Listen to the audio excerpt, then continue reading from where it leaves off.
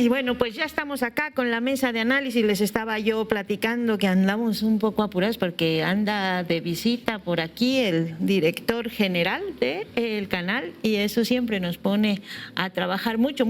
Hay mucha gente siempre viene a hacer sus vueltas por México. Así es que hoy hemos tenido un día un poco apurado, pero qué bueno que ya están acá. Betiana Vargas, como siempre, cada viernes ya. Qué gusto tenerte acá. Y un placer estar con esta mesa. Ahí Abraham Mendieta, de nuevo acá en la mesa de análisis del Sinsonte, ya de vueltita de Honduras, regresando de Honduras. Así es, querida Daniela, gracias. Muy bien, Daniel Ken, historiador, Hola, parte Dani. del equipo de la revista Común, que siempre Dani. nos gusta tanto leerla y han tenido cosas muy buenas últimamente.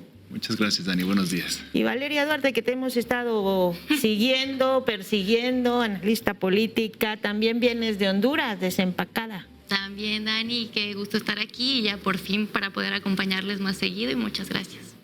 Bueno, pues vámonos un poco con este tema. A ver, yo les quiero poner, a ver si podemos empezar con eso, el video que teníamos ayer de la convocatoria de Claudia Sheinbaum a la marcha de mañana. Lo tenemos por ahí, si lo tienen. Que me van a avisar cuando esté, pero ahí lo tenemos.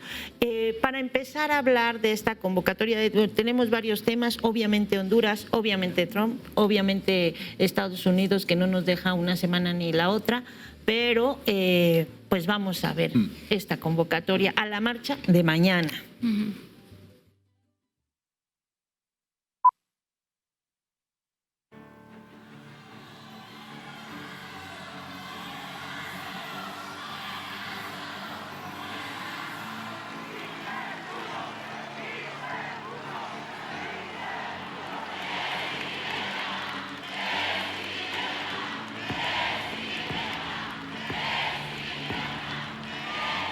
Aquí en este impresionante mural de Diego Rivera que narra la historia de México, quiero hacer con ustedes una reflexión. Este último mes hemos vivido una andanada de campañas, calumnias en contra de lo que representamos. Han inventado una cantidad de cosas tremendas. Y todo porque somos un movimiento que hoy está en el poder y que nunca nos separamos del pueblo, porque gobierno y pueblo somos lo mismo. Queremos el bienestar del pueblo, la soberanía de México, la lucha por la democracia, por las libertades verdaderas. Somos el movimiento de la Cuarta Transformación.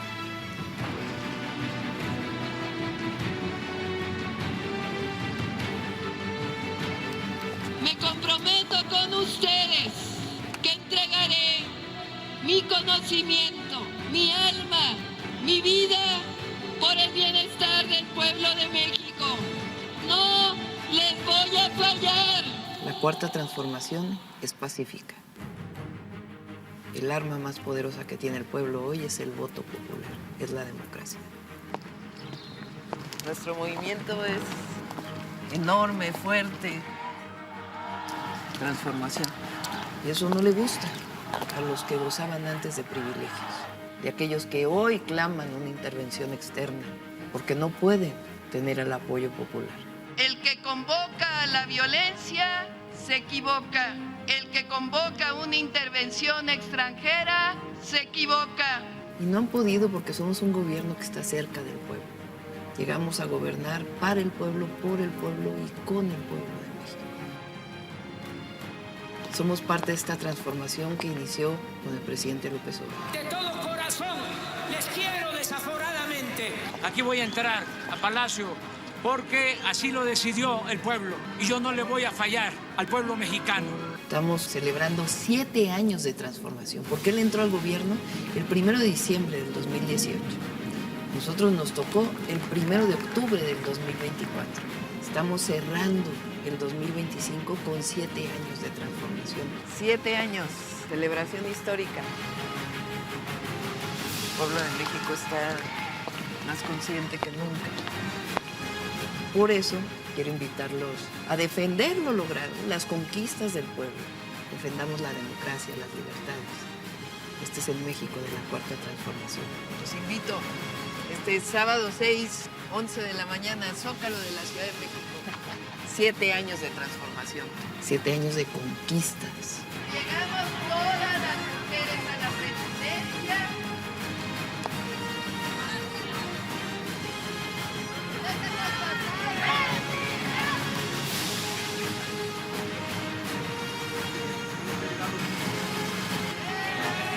Nos vemos este 6 de diciembre a celebrar 7 años de transformación y a nunca olvidar lo que ha sido nuestra historia, nuestros héroes y heroínas que nos dieron patria y hoy junto con ustedes seguimos construyendo patria. Eso es lo que nos forma, eso representa el humanismo mexicano y lo que representamos con la Cuarta Transformación de la vida pública de México. Aquí nos vemos.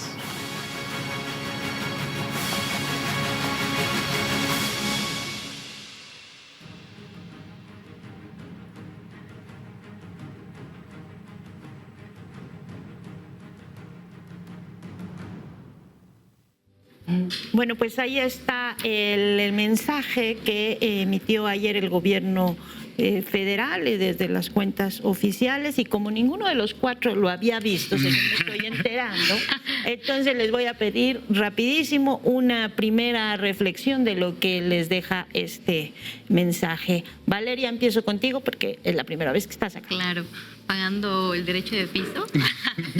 Bueno, primero que el video ha sido sumamente emocionante. Ahorita lo hablábamos con Daniel, lo comentábamos muy breve. Creo que es una reafirmación de algo que veníamos sintiendo más que nada, ¿no? Que es esto de México, y lo decía la presidenta, el movimiento que está en el poder. Y México en este momento representa algo que en América Latina parece que está quedando en el pasado, que está terminando su ciclo con los gobiernos progresistas, y México está en una vanguardia en este momento en el que las calles se llenan y existe convocatoria y existe una mandataria que se siente respaldada y además un pueblo que se siente respaldado por su mandataria. Creo que son cosas que van de la mano y eso es importante cuando se tienen procesos de transformación, procesos de revolución, procesos de cambio, de inclusión, y creo que es lo que se está viviendo en México. Y aparte es un llamado, yo creo que vamos a entrar a debatirlo más adelante, un llamado a la soberanía y a la dignidad. Soberanía, dignidad, pero el reto o las expectativas son amplias. Tiene que haber mucha gente y tiene que haber también mucha gente emocionada y no mucha gente con globos aerostáticos del diputado que los lleve, ¿no? Daniel. Sí, sin duda. Gracias, Dani. Yo coincido, estábamos ahorita con María hablando de esto, de que el video es emocionante, pero más allá del video creo que habría que verlo en el contexto internacional en el que sucede esto. Es muy importante que se esté llamando a esta movilización y es algo que hay que celebrar y que hay que apoyar. Pero también lo pensaba yo como habiendo crecido en México en los 90s y los 2000s, como que sí es muy emocionante ver que se le dio continuidad a algo que parecía impensable hace 10, 15 años y que vale la pena resaltar que sin duda es un momento distinto político en la historia del país y que hay que apoyar.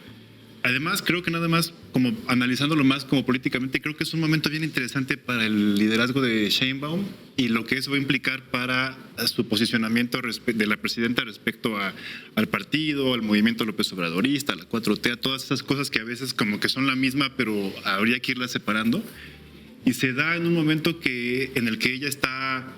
me parece que fue un acierto lo que hizo con la remoción de Gertz Manero, que se ha hablado mucho de este tema, pero me parece que es algo muy importante que no hay que dejar de resaltar porque es uno de los personajes como más oscuros, digamos, yo creo que había en el andamiaje de la 4T.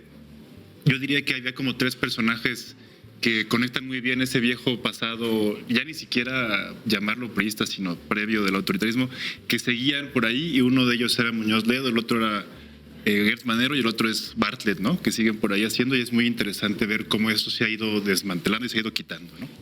Además, es el momento del rebranding del PAN, es el momento en el que reaparece López Obrador, es el momento en el que Claudia se encuentra con Trump, que son como muchas cosas al mismo tiempo, y creo que va a ser bien importante resaltar, o más bien llamar al apoyo popular de la presidenta, porque me parece que ella es la cara y la representante de lo más virtuoso de ese proyecto de la 4T en este momento, que tendría que irse desembarazando de las otras cosas que están ahí metidas. Y además de que me emociona, creo que hay que llamar al apoyo y a marchar en esa marcha para que se vea ese apoyo a la presidenta. La representante de lo más virtuoso de ese proyecto político, y además en estos momentos reapareció AMLO, se va a encontrar con Trump. Venimos de Honduras. ¿Qué decimos de eso, Abraham Mendieta? Así es, comparto el diagnóstico. Creo que la doctora Claudia Sheinbaum representa alegría para los amplísimos sectores populares de este país y eso se muestra en sus cifras de aceptación popular, ¿no? Desde que la presidenta Claudia Sheinbaum llegó al poder, en particular este último año, las movilizaciones en el Zócalo capitalino han tenido, más allá del tradicional mensaje de músculo político, que es fundamental, un segundo cariz, que es una reivindicación de lo soberano, de la soberanía mexicana, ¿no? No sé si recuerdan que algunas de las últimas convocatorias que hubo para los zocalazos capitalinos tuvieron mucho que ver con la coyuntura internacional, con las amenazas de aranceles, con las declaraciones internacionales, y el Zócalo se ha convertido en cierto modo en una reafirmación soberana de un país que respalda un modelo y un proceso político que tiene que ver un poco con lo que está pasando en la región, pero que definitivamente México capitaliza con lógicas propias, ¿no? Cuando hablábamos de esta segunda ola de procesos progresistas en la región, no hay que perder de vista que México y Colombia fueron los grandes excluidos de la primera ola de procesos progresistas. Aquí en México con un fraude electoral y en Colombia con la violencia del paramilitarismo encabezada por Uribe, ¿no? A nosotros nos robaron esa posibilidad de integrar la primera ola de procesos progresistas y no es sorpresa que en esta segunda ola México y Colombia no solo sean los países que encabezan, sino que también sean los que mejor están resistiendo de una u otra manera la ofensiva del norte global.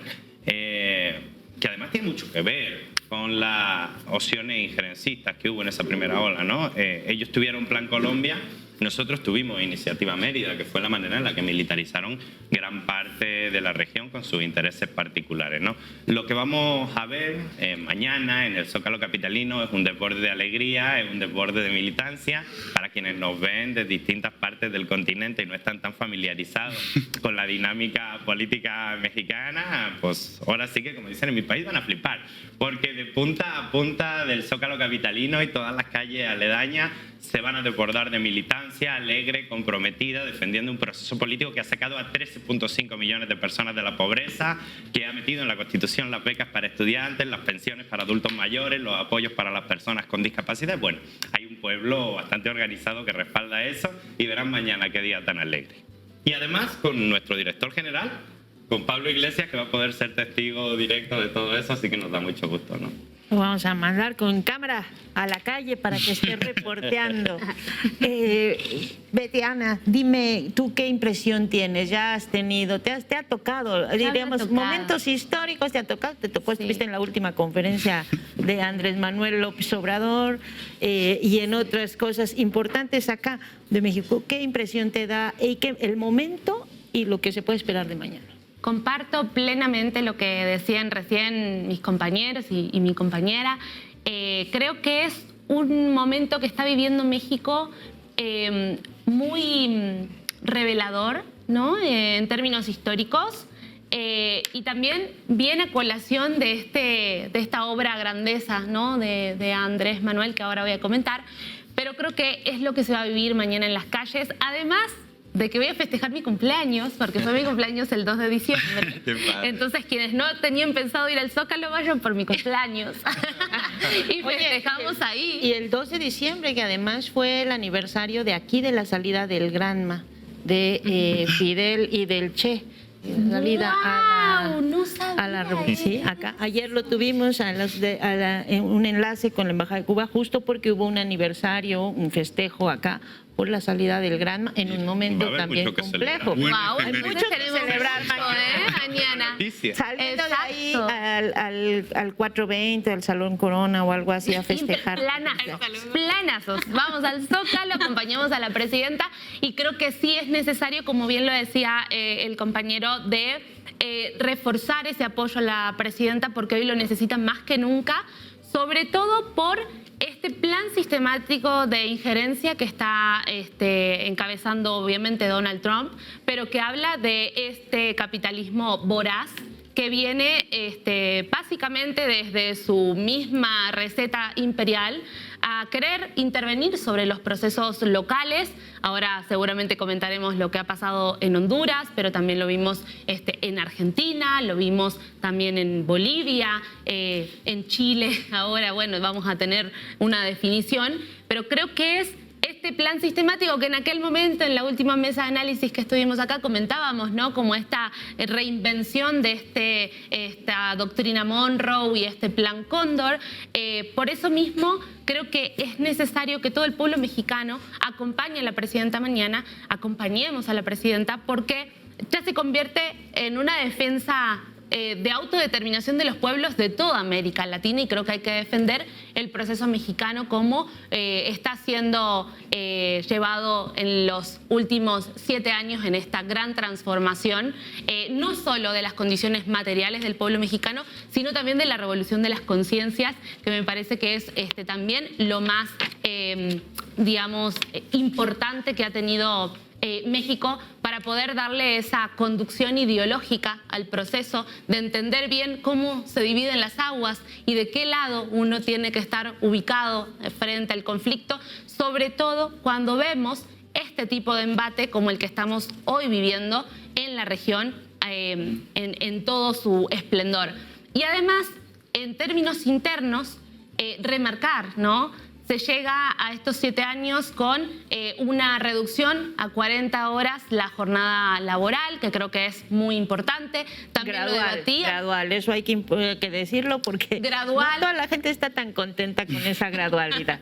Yo también lo creo, ¿verdad? Es verdad, pero hay que celebrar. Es un gran logro. Claro, el punto, digamos, la decisión política de tomar la voz del pueblo que lo está pidiendo. Y obviamente hay que profundizarlo. Lo mismo pasa con la ley de aguas, ¿no? En mi caso, que trabajo en la cuestión tecnológica, sabemos que no es la mejor ley de aguas que México necesita, sobre todo porque el capital digital, el capital tecnológico digital, está utilizando a toda América Latina para instalar sus centros de datos que consumen de manera abismal, y todavía no estamos teniendo ese debate sobre la mesa. Entonces, sí es verdad, ¿no? Hay muchísimas condiciones para seguir mejorando, pero sí, por lo menos en estos 7 años se llega a esta reducción limitada, pero es una reducción, lo mismo que el aumento del salario mínimo. Creo que ahí también hay una decisión política para quienes no están en México o no conocen, digamos, de manera más palpable. Se pasó de un salario de 80 pesos diarios a hoy llegar a los 300 y algo pesos diarios. Entonces creo que ahí hay indicadores económicos que se le suman, ¿no?, a estas políticas sociales que bien mencionaba acá el compañero Abraham. Por todo eso es necesario salir a la calle y además para seguir reclamando lo que falta. Así que ahí estaremos acompañando en el Zócalo capitalino, que es la cúspide, digamos, donde el pueblo se hace presente. Y también es necesario que se haga presente para demostrarle a esta derecha fascista, racista, clasista mexicana, que ha intentado sistemáticamente realizar estas maniobras, ¿no?, que en total pueden llegar a orquestarse como estos tipos golpes blandos, ¿no?, pero que han mostrado la poca fuerza que en México tienen, que no se han podido rearmar y que obviamente con esta movilización de calle e incluso de las juventudes saliendo a acompañar el proceso de la Cuarta Transformación, se muestra realmente dónde está la fuerza viva que hoy acompaña a este proceso. Vamos a ver si lo tenemos ahí a la mano, las gráficas justo de lo que tiene que ver con el salario mínimo, que es un dato importante. No solo es el asunto de los 13.4 millones de personas que salieron de la pobreza y que según la CEPAL tiene que ver con este tema fundamental del aumento al salario mínimo, algo que no habían querido decir o que no habían querido hacer los gobiernos, pues ni el de Zedillo, ni el de Fox, ni el de Calderón, ni el de Peña, 4 anteriores, ¿no? Largo tiempo. A ver si tenemos, mira, ahí está la gráfica, es la evolución del salario mínimo general, 154%, desde, pues, con respecto a 2018, evidentemente hay un estancamiento. A ver si tenemos la histórica, la de 1936, aprovechando que tenemos acá un historiador, ¿verdad? Para que veamos cómo podemos leer estas gráficas, la evolución del salario mínimo, que de 48.50, que tenía el punto más bajo al 76, había tenido un aumento, luego había bajado, luego a partir del 95 hasta el 2017 se había quedado en el fondo del hoyo y luego pues ahí va en estos 7 años una recuperación muy importante, apenitas para llegarle a 1974, 70 y por ahí, ¿no? O sea, estamos teniendo una recuperación que apenas nos está instalando en 5 siglos atrás. No, 5 siglos, 5 décadas. Me han parecido siglos, pero han sido 5 décadas. Entonces, ese es el tema. Te quisiera pedir, Daniel, una reflexión sobre eso, lo que implica, ¿no? En un país como México, con las contradicciones de México, con la composición de México, tener esta recuperación de algunas cosas que, insisto, nada más no se instalan en como los básicos, todavía falta mucho. Sí, qué interesante la gráfica, yo no la había visto así tal cual, y lo que quedó claro es que el punto más alto estaba en los 70s, ¿no? Que es ese otro momento que es llamado populista también por la momentocracia, no de ahora, sino desde los 80s, ¿no? O sea, el primer momento en el que se empieza a usar el término populismo como un insulto político en este país es con Echeverría, ¿no? Y tiene que ver con el petróleo y tiene que ver con un montón de cosas, pero es claramente ahí se ve cómo en los 70 sube, luego en los 80 baja y desde el 90 hasta el 2018 tenemos casi 3 décadas de estancamiento y eso refleja... Y estancamiento en el fondo, en el fondo. Por supuesto, y refleja una decisión política, o sea, es una decisión legal pero también política, ¿no? O sea, de una élite política que estaba totalmente de acuerdo en que eso fuera así y que sostenía a la vez todo el acuerdo del Telecán, de que se hizo Temec, de la neoliberalización de la economía y de la sociedad, de la partidocracia, de la transición. Si vemos eso, toda esa narrativa de la transición histórica, que se ha entendido solo en términos políticos electorales, toma un cariz totalmente distinto, ¿no? Ahora, nada más, a mí me parece históricamente bien interesante cómo los 70s son al mismo tiempo el punto más alto, digamos, del desarrollismo mexicano, que se le llamó el milagro y tal, pero también es el momento de crisis del PRI. Es decir, después de Echeverría, todo va cuesta abajo para el PRI y tardan un montón de años en salir, pero ya no es ese aparato. Pero ya por suerte ya van a perder el registro. Exacto.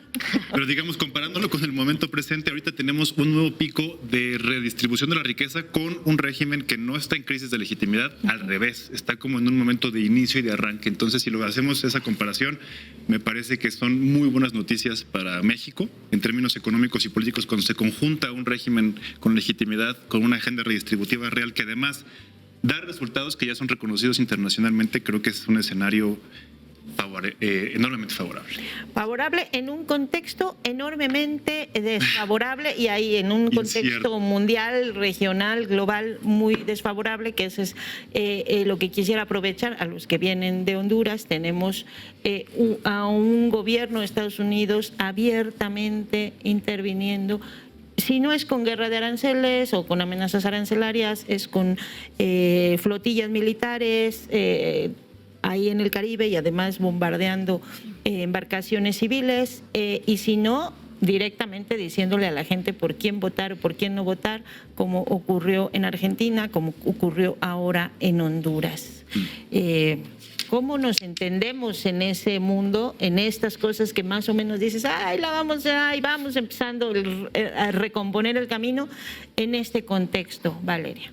Bueno, creo que lo de Honduras en primera instancia no es un caso aislado, ¿no? No hay que verlo como unas elecciones que simplemente se perdieron y que no tuvo ningún tipo de injerencia.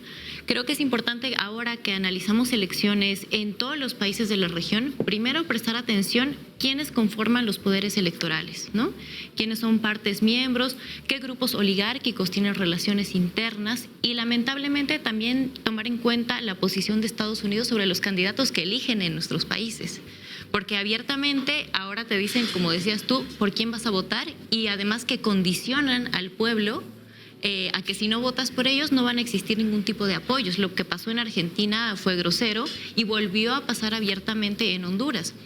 Hace unas horas el Departamento de Estados Unidos sacó otro comunicado diciendo que está muy al pendiente sobre la situación democrática y que espera que se velen con claridad los resultados y hacer caso al Consejo Nacional Electoral.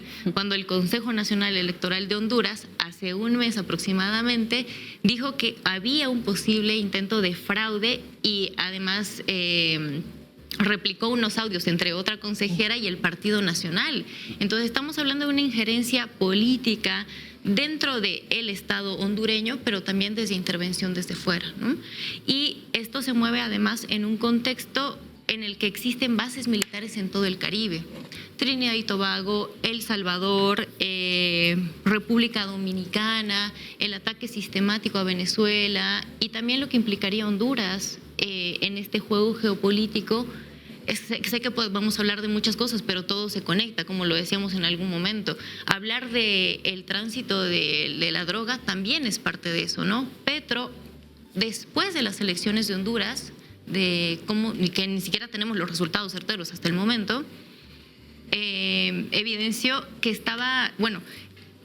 que habían unos botes que estaban direccionándose a Honduras con toneladas de cocaína. Entonces estamos hablando de una reconfiguración de la ruta y que pasa por los países que casualmente tienen el apoyo de Estados Unidos y que además se encargan de liberar narcotraficantes, ¿no? Entonces hay una movida muy interesante ahí, sin duda muchas amenazas, sin duda mucha injerencia y también cuestionamientos desde la izquierda de decir, bueno, sabemos que no tenemos tal vez todos los mecanismos ni todo el poder hegemónico en medios de comunicación, en empresas, incluso dentro de los gobiernos, pero ¿cuál es nuestra posición ante esto para contrarrestar, ¿no? Más allá de las denuncias que hacemos, yo creo que México en este momento es una figura clave incluso para ejemplificar cosas.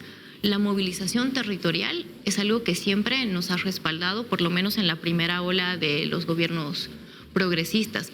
Cuando la gente se apropia de los procesos, cree las amenazas ya no son suficientes para combatir eso, ¿no? Entonces creo que también hay que hacer cuestionamientos ahí, pero sin dejar de lado que quienes tienen el poder real están del otro lado de la calle. Dices, en este momento México es clave y quiero poner el contexto más amplio regional. 2025 no ha sido precisamente el mejor año para los movimientos populares en términos electorales. Digo, tuvimos Ecuador en el inicio, tuvimos Bolivia, tuvimos ahora Honduras, antes Argentina, que parecía que avanzaba, pero luego ya no tanto, y vamos a tener Chile, o sea, no ha sido precisamente el mejor año, ¿no?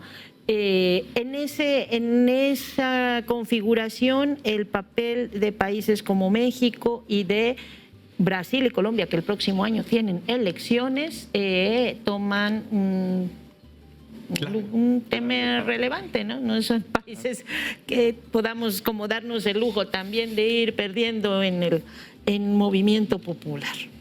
Clave. Abraham. Clave, este triángulo es lo que va a permitir que haya una reconfiguración después de esta nueva andanada imperialista en la región, ¿no? Pero me quiero sumar a lo que decía Val sobre Honduras y creo que es importante, antes de analizar bien el proceso electoral, reforzar algunos de los argumentos que daba la compañera, ¿no? Y sobre el tema de las bases militares, hay que entender que Honduras, y por ponerles un ejemplo, su aeropuerto civil, que es Palmerola, es también una base militar estadounidense. O sea, su aeropuerto internacional está dentro de una base militar estadounidense. Y es la más grande de la región. Y es el más grande de la región. O sea, ese es el nivel de injerencia permanente, constante, a lo largo de décadas de Estados Unidos en Honduras. O sea, en ese sentido sí es una anomalía, sí es aún más injerencia que en el resto de países de Centroamérica. Yo intenté hacer, a las 48 horas de que no había ningún tipo de resultado confiable por parte de la autoridad electoral hondureña, yo intenté hacer el primer informe de observación electoral. Y para ese primer informe de observación electoral saqué fuera el gran elefante en la habitación. O sea, no hablé de la injerencia. Me limité a analizar única y exclusivamente los elementos del proceso. Y había 6 elementos que a mí me llamaron la atención por desastrosos, que no son nuevos, lo hemos visto en todos los procesos electorales, pero que esta vez los vimos juntos y muy marcados. Primero es que el TREP, en la presentación de resultados preliminares, no coincidía en lo absoluto con las encuestas de salida autorizadas por el propio Consejo Nacional Electoral. El segundo es que ese TREP, que no tenía ni validez legal ni consenso partidario, estaba compuesto por actas debidamente seleccionadas, donde el Partido Nacional de Honduras, el favorito de Donald Trump, tenía espacios de mayor votación. O sea, no eran actas representativas de la votación, sino que eran en donde ese partido en particular tenía mayor votación. A 48 horas de la elección, ya han pasado más de 100, las páginas estaban completamente caídas. No había manera de consultar los resultados y el conteo se había bloqueado en un momento de empate técnico, algo horroroso. Si fue una casualidad, fue una pésima casualidad. Luego, la candidata oficialista mostró actas que tenían errores del 900%. Es decir, en un acta donde el Partido Nacional tenía que tener 60 votos, aparecía con 600 votos. Esto puede pasar en distintos procesos electorales y puede ser un error humano, pero cuando ocurre no en un acta, sino en 340 o en el 60% de las actas, como hoy denuncian algunos representantes del Partido Libre, la elección se pone en cuestión. Y por último, todos los votos en Honduras tenían que tener un respaldo biométrico, con la huella y si no con el rostro. La inmensa mayoría de los votos que el TREP computó en su momento no tenían respaldo biométrico.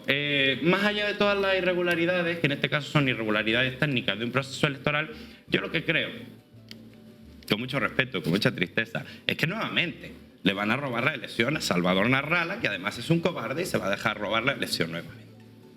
Se va a dejar y además...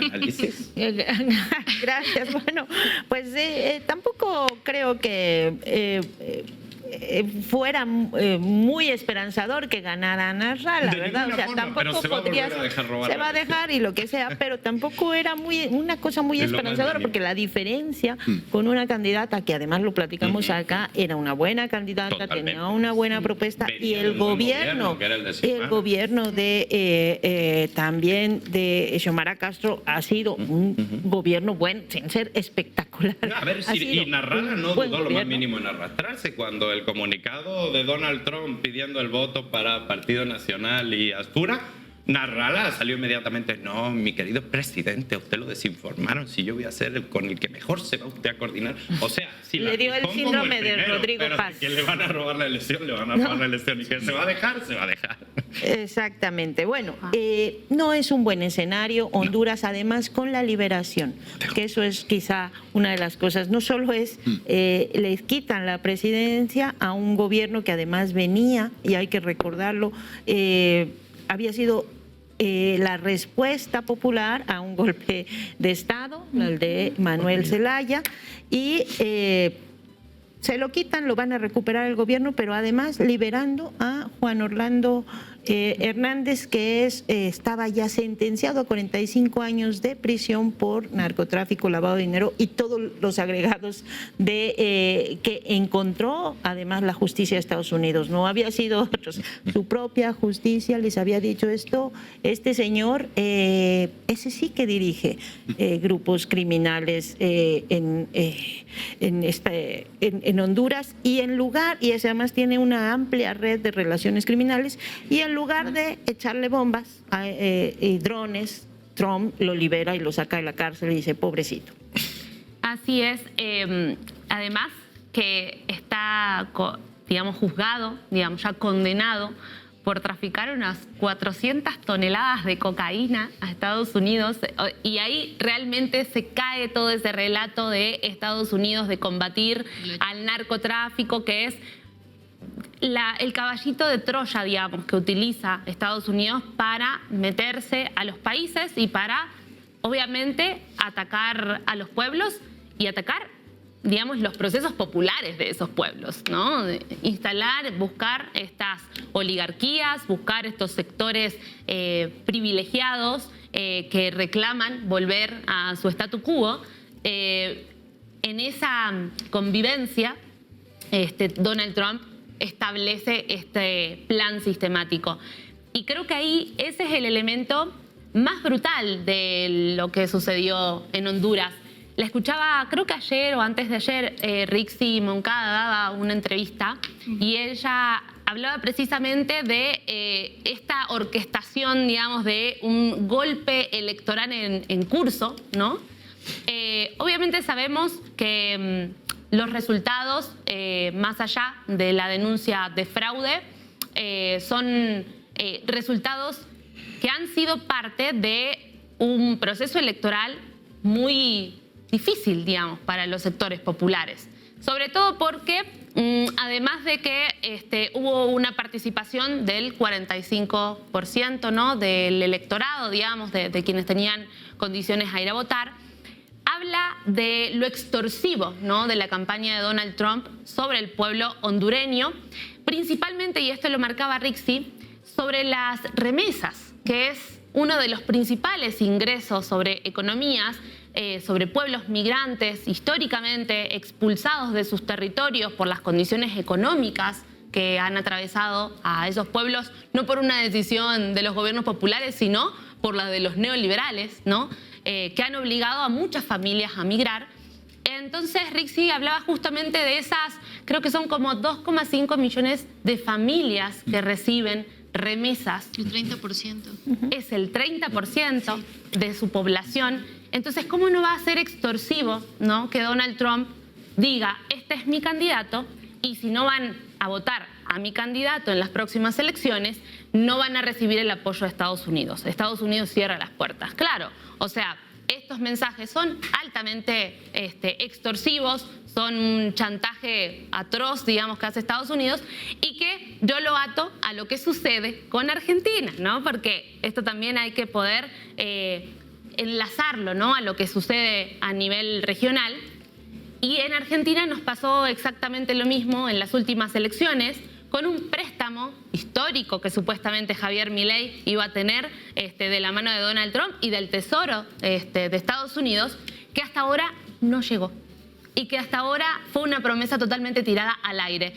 Es más, habían prometido 20.000 millones en estos préstamos de bonos swap, digamos, pero hasta el momento hay como 2,5 desembolsados, de 2,5 millones de esos 20, y después los otros 20 millones que prometió Estados Unidos realizar a través de privados, esto es, a través de bancos, hasta el momento tampoco se han visto desembolsados, y lo contrario, parece que se va a interrumpir directamente ese préstamo, porque los bancos parece que no sienten garantías, ¿no?, de que el gobierno argentino pueda llegar a pagar esa liberación de esos fondos. Entonces, lo que demuestra esta estrategia es claramente el injerencismo, la violencia, sobre todo la violencia con la que se dirige Donald Trump y Estados Unidos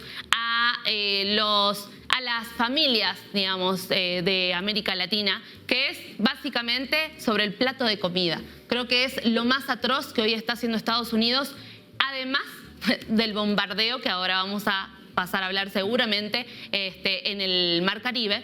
Pero digo, esta estrategia es una estrategia sistemática de desarme, ¿no?, y de combate atroz sobre las izquierdas, digamos, sobre los sectores que de alguna manera en otro momento histórico se pudo poner el freno, sobre todo con el no al ALCA, ¿no?, y que hoy vemos revertirlo con esta hazaña, ¿no? Eso comentar, sobre todo en la tristeza, digamos, y mandarle un fuerte abrazo al pueblo hondureño, de lo difícil que debe haber sido al día siguiente, ¿no?, levantarse con estos resultados.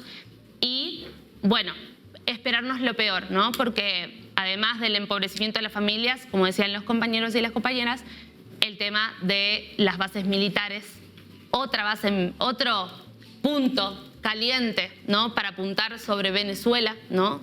Creo que es lo más difícil que estamos viendo en la región.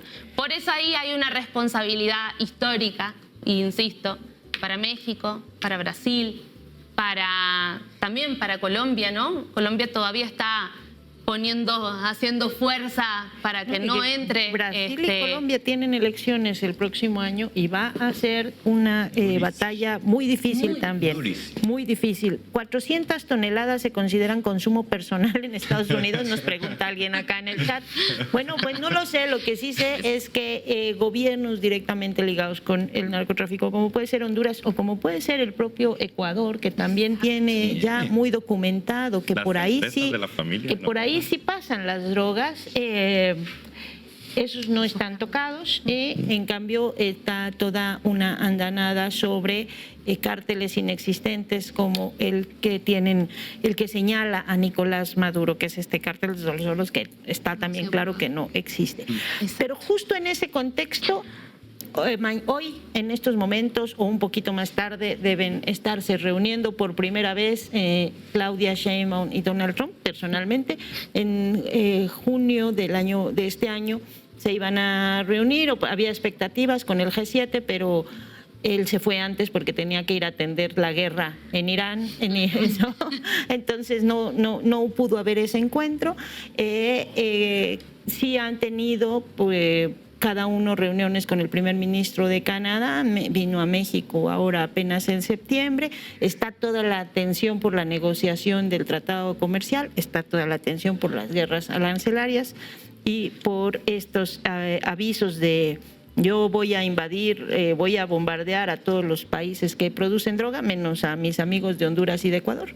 ¿Qué lectura le damos a este encuentro que va a ser breve, dicen, ¿no? Y que por primera vez se van a encontrar? Seguramente la próxima semana estaremos hablando de eso, pero ¿qué podemos esperar o cómo podemos entender sobre todo el contexto en el que está ocurriendo? Bueno, el contexto siempre es como lo esencial, no hay que marcar como el campo de análisis actualmente.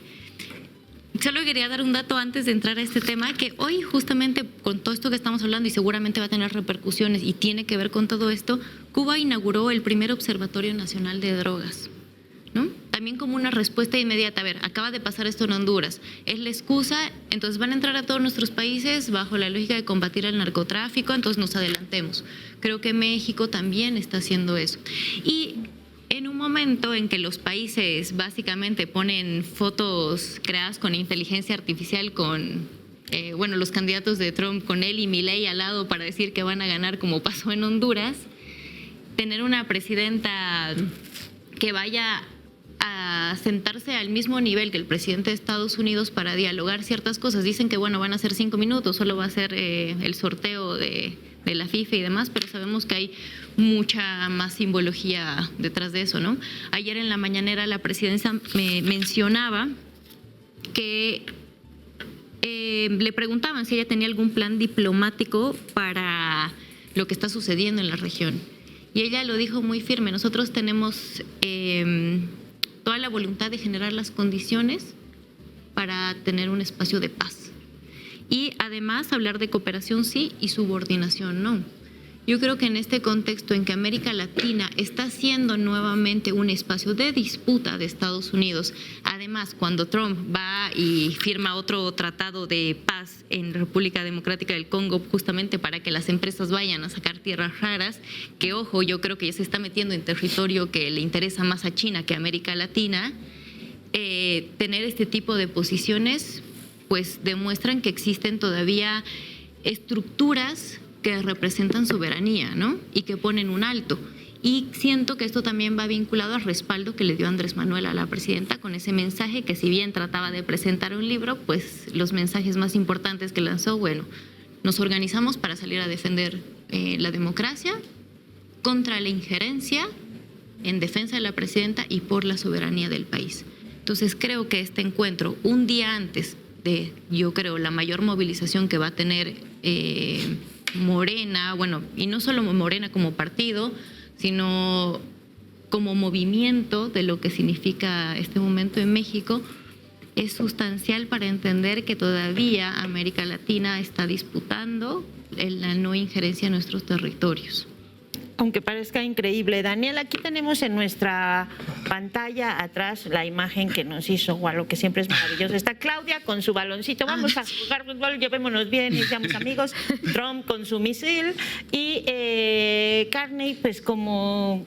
Yo nomás mirando, no sé qué.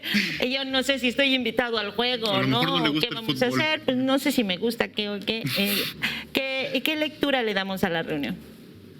Yo creo que, bueno, no había visto bien esta imagen, pero creo que es un momento, o sea, es una excusa como que yo creo que puede quitar tensiones para este primer encuentro entre Trump y Claudia, porque el Mundial es algo que para mucha gente es algo festivo, celebratorio y demás, y creo que en ese sentido le puede ir bien a, pues creo que a Claudia, pero también a Trump. Y lo que es interesante es que ahorita estaba yo pensando, viendo todo lo que se ha dicho sobre los escándalos de Hexet, que parece que dio unas órdenes que podrían ser catalogadas el secretario de Guerra de Estados Unidos como crímenes de guerra, que este encuentro llega en un momento en el que Trump pareciera estar, además de las crisis que ya viene arrastrando, que son económicas, lo de los Epstein y todo este rollo, pierde popularidad, pareciera no solamente estar en crisis, sino no estar muy en control de lo que está pasando. Esa impresión me da. A ver qué pasa. Pareciera que Trump está más bien jugando un papel como de representante mediático de muchos intereses oligárquicos. O sea, porque lo suyo es los medios, ¿no? Él trabaja para la tele y sale muy bien en la tele y sus redes sociales y demás. Pero pareciera que no está en control, porque si hay periódicos como creo que fue el Wall Street Journal, ¿no? que dijo, o el Washington Post, que fueron los que sacaron esta noticia de que Hexet había dado una orden que podría ser catalogada como ejecuciones extrajudiciales. Se le están saliendo como las cosas de las manos, me parece. Y creo que habría que pensar no tanto en Trump y Claudia, pensando otra vez en el Caribe y en este escenario un poco más macro, sino en las agendas que están teniendo lugar ahí todo al mismo tiempo, ¿no? Me parece que una de ellas es, o sea, como que Trump está gestionando algo que no está encabezando él. Una de esas agendas claramente es la de Rubio, que hablábamos el otro día, Marco Rubio, que tiene una agenda ideológica muy del siglo XX. O sea, él sí está en contra del régimen de Maduro ideológicamente. O sea, él sí quiere quitar a Maduro tal cual, ¿no? Pero también está la agenda que representa Hexet, que es el secretario de Guerra, que es una agenda no tanto ideológica, sino que busca reafirmar el poderío militar de Estados Unidos. Es la movilización militar más grande que se ha visto en décadas. Sí. Y ahí hay algo que no tiene tanto de ideológico, sino como de remostrar esa fuerza en la región, ¿no? Y se juntan las dos bajo Trump y creo que es muy, muy peligroso. Además se junta este nado sincronizado que tienen los medios, que por todos lados están presentando a Maduro como un líder narcotraficante, esto del cártel de los soles que no queda claro a qué se refieren, etcétera. Es un guión súper ensayado que se hizo, por ejemplo, en Irak, se hizo ya en el 2002 con Chávez, en el 2009 cuando llegó Trump por primera vez respecto a Venezuela y demás. A lo que voy es para redondear este tema del encuentro. Creo que es muy contrastante cómo Claudia llega muy fortalecida, muy arropada, muy bien posicionada frente a Trump, que a mí la impresión que me da es que está como en una crisis que está escalando y que se le puede salir de las manos muy, muy fácilmente. Y creo que el año que entra lo vamos a ver. Sí. Bueno, me dicen acá que ya hay imágenes de Claudia y Clara en el Kennedy Center de Washington para el sorteo. Ahí están, ya sabemos que va a ser en Ciudad de México, parte de la sede. También ha sido muy polémico este asunto, parte de la sede porque está remodelando allá toda la zona alrededor del Estadio Azteca. Bueno, pues ya están, ya llegaron. Es el tema del Mundial, que tiene también su propia historia. Pero ¿cómo leemos este encuentro, Abraham Mendieta? En clave distendida. Yo coincido con Daniel. Qué bueno que este primer encuentro se da en clave distendida en un momento en el que la conversación está donde la primera potencia de esta región nos propone ir a guerra en el Caribe a un país petrolero. O sea, qué bueno que el Mundial es el pretexto para este primer encuentro y qué bueno que van a ser unos cuantos minutos de cordialidad política y qué bueno que mañana va a haber precisamente un posicionamiento soberano en el Zócalo capitalino. Creo que eso también nos distingue un poco. Hay dos elementos que nos distinguen en la manera en la que Estados Unidos se mete en México a diferencia de otros países de la región. El primero, inexorablemente, el amplísimo apoyo popular que tiene la presidenta y el movimiento de la Cuarta Transformación. y también los nexos económicos que tenemos a través del Tratado de Libre Comercio. En este caso el Mundial va a ser un pretexto perfecto. O sea, creo que hay elementos encima de la mesa para que las relaciones México-Estados Unidos tengan un cariz un poco distinto al que está teniendo Trump en el resto de la región. Creo, reitero, como decía Daniel, es fantástico que el pretexto sea deportivo, lúdico, que sean unos cuantos minutitos, que se entienda muy bien, que se salude, que Trump diga que la presidenta es súper simpática, que la presidenta diga que se entendió muy bien con Trump. Y así estamos bien en este momento de la conversación pública, en este punto del equilibrio político internacional, porque verdaderamente hay intereses compuestos, no somos para Donald Trump lo que pueden ser otros países de la región, y eso nos da un juego soberano bastante más interesante. No somos, para empezar, porque tenemos un tratado de integración comercial que nos tiene ligados, pero también porque hay 30 millones de personas mexicanas en Estados Unidos y de las cuales solo entre 11, 12, dependiendo de los números o de quién haga la evaluación, son nacidos en México, residentes en Estados Unidos, digamos una población un poquito grande, un poquito abultada como para empezarse a tener, aventar la guerra directa, ¿no? Sobre una situación tan compleja. ¿Cómo lo leemos en el contexto, ahora sí que de aquí a la Patagonia? ¿Qué mensajes les manda a los demás gobiernos esta reunión? Finalmente, Claudia fue muy clara y dijo, va a ser bueno tener esa imagen de los tres en el contexto de los acuerdos del tratado comercial. Trump dice, pues quién sabe, no me interesa, no me importa, pero sus equipos siguen trabajando, los dos, ¿no? Y cuando hay también una demanda reiterada de que México voltee más hacia el sur, quizá menos hacia el norte, pero México con su estilo de voltear hacia el sur solo en casos concretos, con situaciones concretas, ¿no? Ecuador, Perú, en lo que pueda ayudar, recibiendo gente y no necesariamente involucrándose más allá de las cosas que tienen que ver con esta recepción y con las buenas relaciones. ¿Cómo lo están leyendo? ¿Cómo se lee hacia el sur? Creo que, como bien dicen, la reunión, el peso de la reunión es un peso mucho más simbólico de poder estar mano a mano con Donald Trump, sobre todo porque Claudia lo dejó muy claro en el sentido de que vamos a hablar del TEMEC, digamos, en la situación, en el momento que se pueda, y vamos a tener una reunión con los paisanos migrantes, ¿no? Entonces, creo que ahí está sobre la mesa, digamos, el objetivo, por lo menos que se propone México, de asistir en este evento, que es un evento...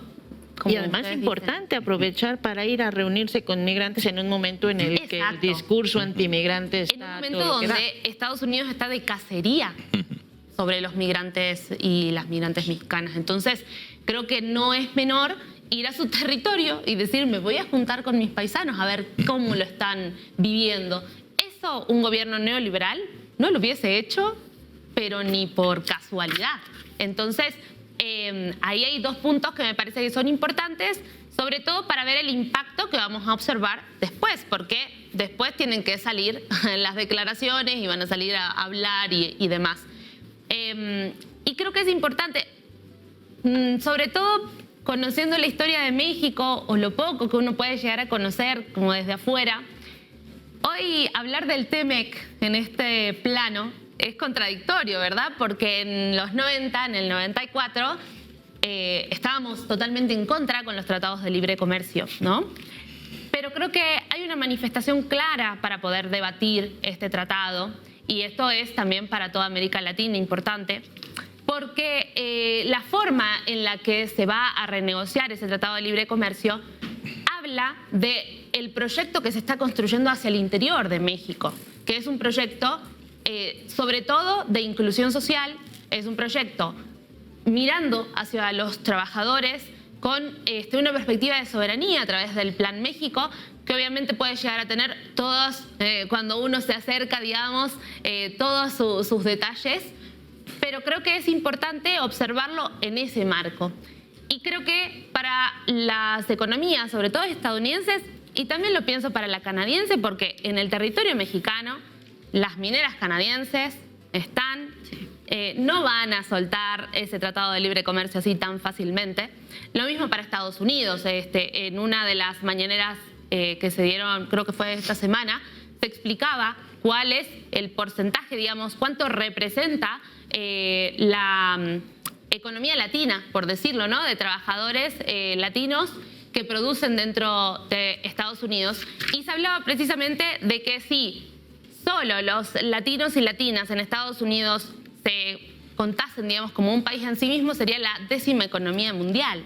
Entonces, tampoco Estados Unidos tiene hoy las condiciones para poder liberarse de la lacra latinoamericana, de la lacra afro y de la lacra migrante, como tienen esa perspectiva. ¿Por qué? Porque son economías que han perdido extremadamente el proceso productivo, ¿no?, frente a lo financiero, cosa que ahora, cuando ven otra potencia emergente, como es en el caso de China, lo están lamentando, ¿no?, porque tienen una dependencia atroz sobre estos elementos, ¿no? Obviamente para América Latina tenemos que ver cuáles son las condiciones para poder establecer esas promesas o esos futuros de soberanía. Hoy creo que estamos en un proceso netamente defensivo, ¿no? Pero que lo podemos transformar en ofensiva si organizamos la lucha política hacia el cauce que debemos organizarla, que hoy es justamente la autodeterminación de los pueblos, la América Latina y el Caribe como territorios de paz, como han sido históricamente, y sobre todo, y esto me parece que lo conecto al libro de Grandeza de AMLO, que me parece, o sea, que estamos todos ya con ganas de leer esas casi 1000 páginas. Yo todavía no estoy ni terminando de leer el Gracias y ya llegó sale a la otro. Feria del Libro de Guadalajara. Estaba muy apurada la gente que no llegaba, ya llegó. Esa condición para América Latina de leer el futuro, pero en clave de nuestra historia y de nuestra memoria, ¿no?, que tanto nos ha enseñado las abuelas, las madres, aquí las madres buscadoras. Creo que eso es totalmente importante, trabajar el pensamiento nacional, el pensamiento latinoamericano, para poder entender cómo hoy esas claves del racismo o incluso de ese colonialismo interno se resignifican, ¿no?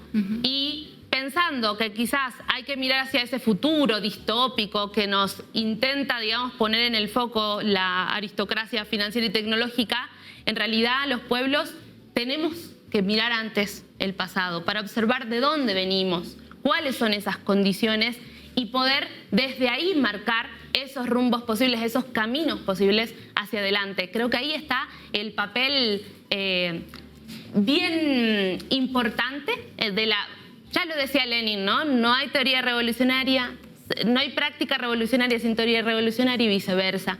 Creo que AMLO hoy está dando una lección de eso, del lugar que está ocupando también como parte, digamos, de este humanismo mexicano, de mantener la fuerza viva, pero sobre todo mostrando claves de análisis política en una tarea que no muchos quieren hacer, que es leer el pasado para entender y comprender el futuro. Y creo que ahí hay una clave que me parece que el resto de América Latina tenemos que aprender con esa humildad, ¿no?, que también nos transmite el pueblo mexicano, que nos transmite AMLO, de que necesitamos construir esos nuevos liderazgos, necesitamos el pueblo en la calle. Él dice, voy a salir a la calle para defender la democracia, contra la injerencia y por justamente la soberanía de nuestro país. En realidad, no es que él va a salir a la calle, es por esto mexicanos y mexicanas necesitamos movilizarnos. Esto mismo tenemos que tomarlo en toda América Latina. Cuando está afectada la soberanía, cuando está afectado las decisiones políticas de un país por un tercero extranjero y sobre todo imperialista, y además cuando quieren acallar a nuestros líderes, encerrarlos, encarcelarlos, como es en el caso de Cristina, encerrada y sin embargo saliendo al balcón a seguir mostrando por dónde hay que luchar, creo que es lo que, digamos, con lo que nos tenemos que quedar. Y obviamente apoyar a Claudia Sheinbaum, sobre todo porque a pesar de que la charlatanería mexicana de los medios de comunicación que nos tienen acostumbrados dicen que es solamente una gestora, en realidad es quien hoy está gobernando porque se lo ha ganado con la lucha y porque el pueblo mexicano ha reconocido esa historia de lucha y hoy es a quien tenemos que apoyar. Pues ya son las 11:09, se nos fue rapidísimo esta mesa, así es que yo les voy a pedir, y ahora de vuelta de allá para acá, una reflexión de 30 segundos, aquí digo yo, para poner el titular de mañana, ¿qué esperamos o con qué nos quedamos de esta mesa ya para irnos a descansar? 30 segunditos, ahora Betiana de allá para acá. Yo me espero el pueblo de fiesta, creo que así va a ser y creo que así nos debemos. El pueblo de fiesta. Abraham, ¿con qué nos quedamos de hoy? Yo coincido, nos toca como siempre cerrar las mesas con optimismo. La semana pasada así fue, así que yo me quedo con que el pueblo va a salir a las calles masivamente en una reafirmación soberana, en una celebración política que va a fortalecer aún más el movimiento político de la Cuarta Transformación. Daniel. Ahora todos vamos a estar en el optimismo, ahora no traemos ni nada, ahora no va a haber pesimismo, que alguna cosa. Sí, yo diría lo mismo, nada más celebrar, defender lo que se ha hecho y pensarlo no nada más en términos inmediatos de lo que está pasando aquí, sino como se hace en esta mesa en términos de lo que pasa en otros lados y cómo es un modelo que hay que defender, no solo hacia adentro, sino hacia afuera. Valeria, por lo menos a ver, alguna... creo que yo ya no sé si sea tan optimista, o sea, sí lo soy, pero aquí hay una reflexión que estuve pensando mientras los escuchábamos. A ver, este discurso del siglo XX pasadísimo, ¿no? Esta lucha por el comunismo y demás cosas. Primero, que ahora no existe la Unión Soviética y el comunismo ya no lo vemos como antes. Segundo, el enemigo para Estados Unidos ya no está en Medio Oriente, está en nuestra región. Alerta, somos nosotros, quienes estamos a la izquierda, somos los narcotraficantes, los que nos dicen terroristas, los que nos dicen que estamos en esta batalla anti la libertad, que es mentira también. Y la diferencia con el siglo XX es que en este momento América Latina tiene un punto de partida, que es la reivindicación de la soberanía que inició con los gobiernos progresistas del siglo XXI. Ya no hay más atrás que eso, y eso se demostró en Ecuador. Y creo que mañana se va a reivindicar nuevamente que estamos disputando soberanía de los pueblos, como decía Betty, y que tenemos un rol fundamental. Dos de los países más grandes de América Latina, Brasil y México, son parte de las 15 economías más poderosas del mundo. Y tenemos las reservas más grandes de recursos naturales. Entonces entendemos por qué está pasando aquí. Hay que identificar que ya no estamos en una disputa por modelos económicos, estamos en el mismo todos, pero creo que es una disputa de civilizaciones y culturas y que la decadencia de Occidente solo lo reafirma y estamos en la reestructuración del mundo multipolar. Gracias. Bueno, la siguiente vez te toca a ti hacer el comentario editorial, Valeria, no te lo había dicho, pero así va a estar. Muchísimas gracias a los cuatro de nuevo por esta mesa. Mañana nos vamos a ver por allá seguramente para festejar el cumpleaños de Betty y por supuesto Y el cumpleaños de la transformación. Sí, exacto, todo lo demás. Bueno, pues muchas gracias a todos y nosotros nos vamos al comentario editorial.